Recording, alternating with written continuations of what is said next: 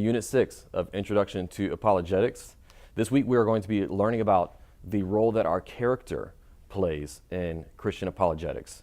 Specifically, we're going to be looking at the role that a gospel-shaped character plays in Christian apologetics, how that should shape the way that we present and make a case for Christianity, how the gospel shapes that case, and how it shapes the person who makes that case, namely the apologist. So we'll be looking at the gospel this week, the story of who Jesus is, what he did, and what that means for our life, and how that gospel should shape the way that we do Christian apologetics.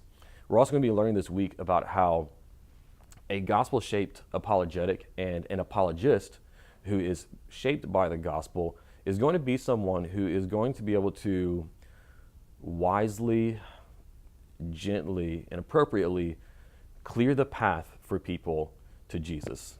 There's this concept that you'll be introduced to in this chapter, which we'll be talking about for the next few chapters actually, which is the idea of clearing the debris. Here's what that means. Whenever you are going to be out in your community, in church, in coffee shops, restaurants, at the park, at sports games with your kids, talking to people, what you're going to find is very, very often, before you can get to even many of the intellectual or worldview challenges that a person may hold to Christianity, there's just a lot of stuff in the way between them and Jesus. That stuff can be things like misconceptions about Christianity or about Christians themselves, false ideas and assumptions about the Bible, bad experiences that they had with Christians or with Christian leaders, churches in their pathway.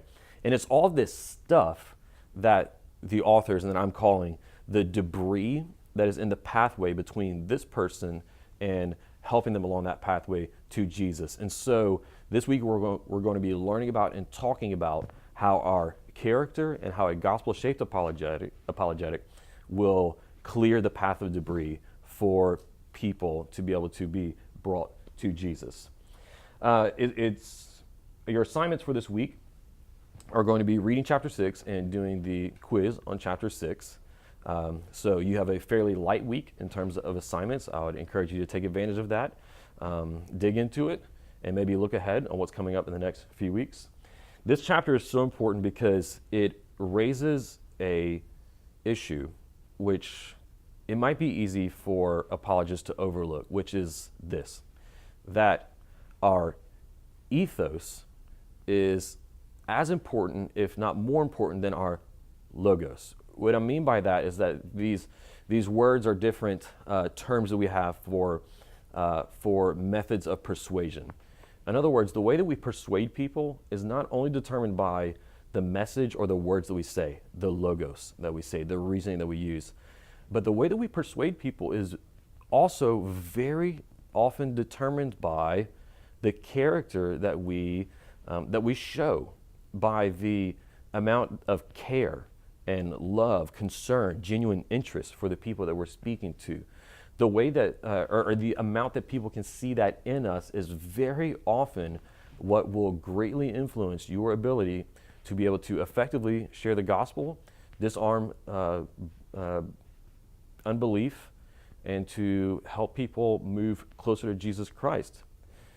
This idea that character is as just important as the message is something that you see frequently coming up in the testimony of different people who have come to faith, how very often it was not simply intellectual argumentation or logic or evidences that brought them to Jesus Christ, but it was all of these things along with an embodied person who had a character like Christ.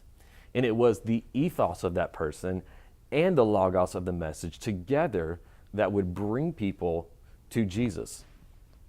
That's why this chapter and what we'll be talking about for the next few chapters is so critically important. I hope that you dig deeply into it. And I hope that through reading these chapters and through your ongoing discipleship outside of this class, that God would develop a character in you which is shaped by the gospel, and a type of character that itself would be an appeal for Christianity. That's what we're learning about this week in Unit 6. Let's jump in.